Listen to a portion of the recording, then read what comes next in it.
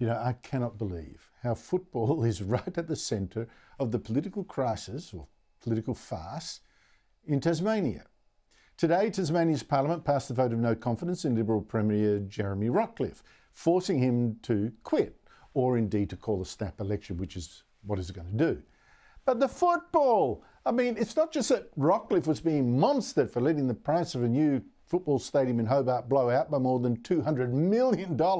And this is because the Ritzy Stadium demanded by the AFL as a condition of letting Tasmania have its own AFL team. Today, the Speaker, who's actually a Labor MP, because the Liberals don't have enough members of their own in this coalition, whatever, cast her deciding vote against Rockliff, despite knowing that forcing him to the polls could kill the whole deal. So she pleaded with the MPs not to let it. I am also very mindful that the future of the AFL teams will be tested by the decisions and actions of the next few weeks. I support the team, but members of this House should not underestimate the passion. Oh, for heaven's sake, what are the priorities in Tasmania, or in this country, really? So Tasmania's off to the polls again, just 14 months after the last state election, because Rockliff wasn't going to let some other Liberals simply replace him. And I'll be damned if the Labor Party is going to choose the leader of the Liberal Party that I love. Joining me is our Thursday regular commentator, Nationals MP Barnaby Joyce, the former Deputy Prime Minister. Barnaby, great to see you. I mean, when you look at this crisis in Tasmania, don't you think too, what is this country coming to? Well, you see that in so many areas, don't you, Andrew? Like we see it in other areas where apparently net zero is more important than the defence of our nation. That the government in Tasmania is now, it's all about whether a football team's going to, an AFL team's going to play, and this sort of peculiarity of I'm going to bring down the government, but I still support the football team, which is where the Speaker was. And there's always this idea to try and look over here because the actual real problems that are at foot are beyond the scope of the government to fix. I mean, how are we dealing at a national level with the cost of living crisis? Like people believe it's all over. It's not over. It's roaring ahead. Oh, Price no. of power roaring ahead. And down there, it's a football team. And what is going to be the outcome of this, really? If it's genuine in Tasmania, the football team playing in Tasmania is dead. It's over. It's finished. Honestly, to spend nearly $1 billion in that little tiny state on a new football ground just to get an AFL team, it's just seriously skew whiff. Barnaby, the Albanese governor's meanwhile running out of money as well. Yeah. And of course, as we all know, one of its very first actions is it's determined to double the tax on superannuation earnings of accounts with more than $3 million, and even tax unrealised capital gains as well of assets that you haven't even yet sold to realise that gain, which for farmers who've got their farms in the super, that could include selling off part of their farms just to pay the bills. The Prime Minister is getting hammered on this because this does not apply to his own super, any defined benefit super, whatever the government claims. Here he is today, again, by the way, a bit tetchy. So is it fair though for those farmers? What we need to do is to make sure that our superannuation system is fair. That is what we are setting about to do. What are you making of all this, Barnaby? Well, let's call for what it is. This is death duties where you don't have to die. What happened with death duties in the past is people had to pay probate on an asset they had no intention to sell. And so they couldn't find the money, so they had to sell the asset.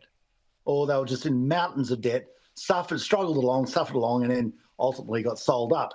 What we're having here is if you've got a farm that's in a super fund, and to be quite frank, a lot of farms that are multi-generational, it might be a $10 million property, but their family's got no intention whatsoever of selling it. It is in their blood. So lately we've been having an 18% increase in the value of land because they're just not making any land around the globe and the world's running out of food. So that would mean you had a $1.8 million unrealised capital gain. And if you're going to pay 30% tax on that, then 318s when I went to school is 54, you'd have to find $540,000 a year for each year of the 18% gain to send off to Dr. Jim Chalmers. Now, there is no farm that's going to be able to do that. If they could make $540,000 without thinking about it, they'd be making it. This is ludicrous. We would even go into a drought. You still might be capital gains, and they'll still have to pay this tax. The only place they can go is the bank. They'll go there once, they'll go there twice, and then they get sold up. I mean, you've got to understand. They've got this massive debt, $1 trillion in debt sitting out there, and nobody can work out, how am I going to pay this? But there was one big egg that was sitting there. They all knew it, but they didn't know how to crack it. It's your super money. It's the trillions of dollars that are sitting there, around about $4 trillion, I think, sitting there in super. And then they go, we're just going to use some of their money to pay our debt. It's so simple. But we've got to crack the egg in this way. We'll start with the $3 million unrealised capital gains non-indexed. And then once that goes through, well, the game's on. So, it surprised me how much this should be front page every day, because it is absolutely the start of a death duties by self, and it is also the cracking of the egg of your retirement. So when you put it like this, Barnaby, it makes me even more surprised. Ted O'Brien, the new opposition Treasury spokesman, I think is having a rocky start. First, he actually suggested he could back Labor's plan to jack up this taxes. It's just a pure tax grab, right? He said he could back it if Labor didn't tax unrealised gains. Today, though, he said he was dead against the thing. And listening to him, I also thought, by the way, Barnaby, Ted, just try less hard to sound tough and determined, because when you try that hard, it in fact gives the opposite impression. Anyway, here he is. We will definitely, as a coalition, oppose this unfair super tax of Labor's every step of the way. Barnaby Joyce, has Ted O'Brien been sending the right signals?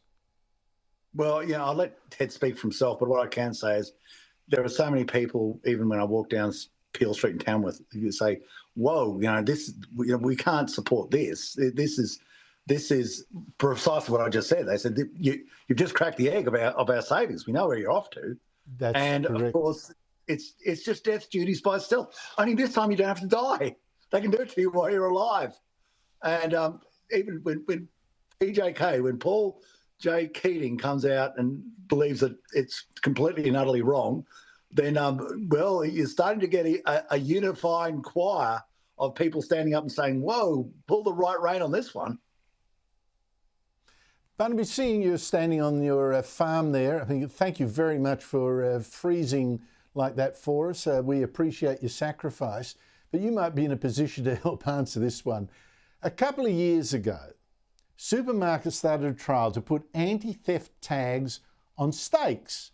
Then it became anti-theft stickers, so they work basically the same way, really. And not just in poor areas where you might think shoplifters, they might have no money for a good steak. Certainly not at, what's that, $73 a kilo, $73 a kilo. But now, just this morning in my own town's IGA, I see these stickers on lamb as well this morning, which is probably no wonder since it's now $53 a kilo. What is going on, Barnaby? Are we that hard up now? Or are we that dishonest? Or is meat now the price of gold?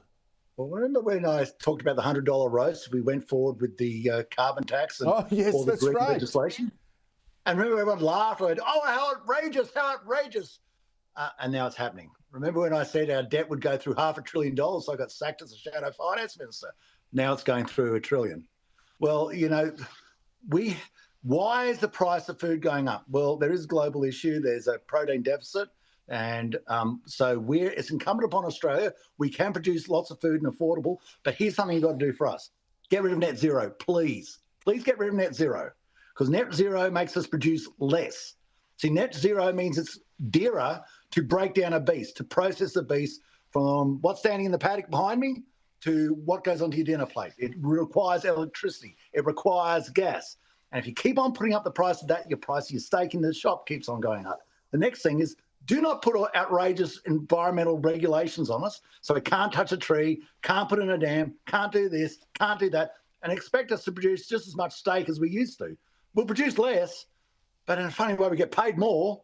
So you think, oh, well, maybe it's not so bad. We want to do as much as we possibly can to feed the Australian people. We believe we have a moral duty on the land to feed and clothe people. We don't rip them off with grog or gambling. We feed and clothe people, and we want to do it. We really do. But the more pressure you put on people on the land, ultimately it comes back in your shopping trolley. And what's happening, of course, is people are hungry. They've got no money. And when they've got no money, they start stealing. And why? Because we are bat-poo crazy with some of the policies we have in this nation. And I don't know why it didn't get ventilated more at an election. We should have got an election saying we're going to get rid of net zero, because we are more worried about pensioners than we are worried about Paris and the Paris Agreement. Look after pensioners, forget about Paris. And you haven't even mentioned the fact, Barnaby, that to get to net zero, the electricity system is only 1/3 of the problem. They're going to have to go for farmers. They're going to have to go for farmers, and they're burping, farting at cows. the other end cows. No, but instead of exactly. burping, farting cows, we're going to have hungry people. And your listeners, especially the pensioners, especially the poorer people, are going to be the hungry ones. So that's true. Barnaby, rush inside to the warmth and your loving family, and talk to you again next week.